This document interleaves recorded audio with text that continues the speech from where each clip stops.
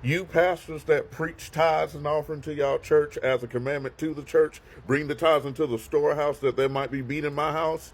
Y'all on deck right now. The government shut down. It's time to go into the storehouse.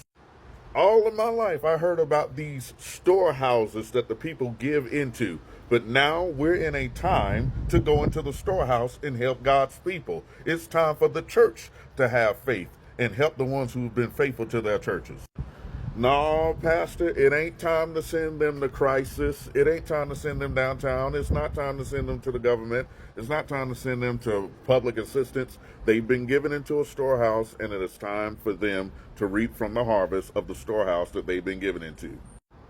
Ain't it crazy that people have been faithful to these churches, faithful to these pastors, faithful to these pastor anniversaries, faithful to all these pledges and New Year's givings and all of this stuff. And now that we're in a time of need and a government shutdown, we have these same pastors talking about we really got to pray.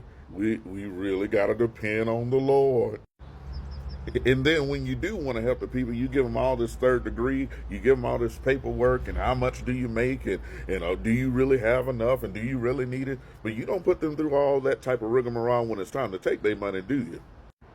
Now, when it comes to the church helping the community, that's grace, that's mercy, that's benevolence. Because the truth of the matter is the community has not supported the church in decades. The community don't support the church.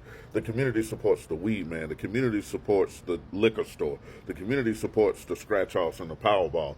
The community supports the beauty supply store. That's what the community supports. So when it comes to the greater community, we might do that by grace or by mercy or by benevolence. But when it comes to your church members, that's their right. Make sure in this time where the government is shut down or whatever the case may be, the church stands up for you. And if you're in need and you've been faithful to a ministry and they giving you all this rigmarole just to be helpful to you, go ahead and leave that place, because that's not a person who cares about your soul.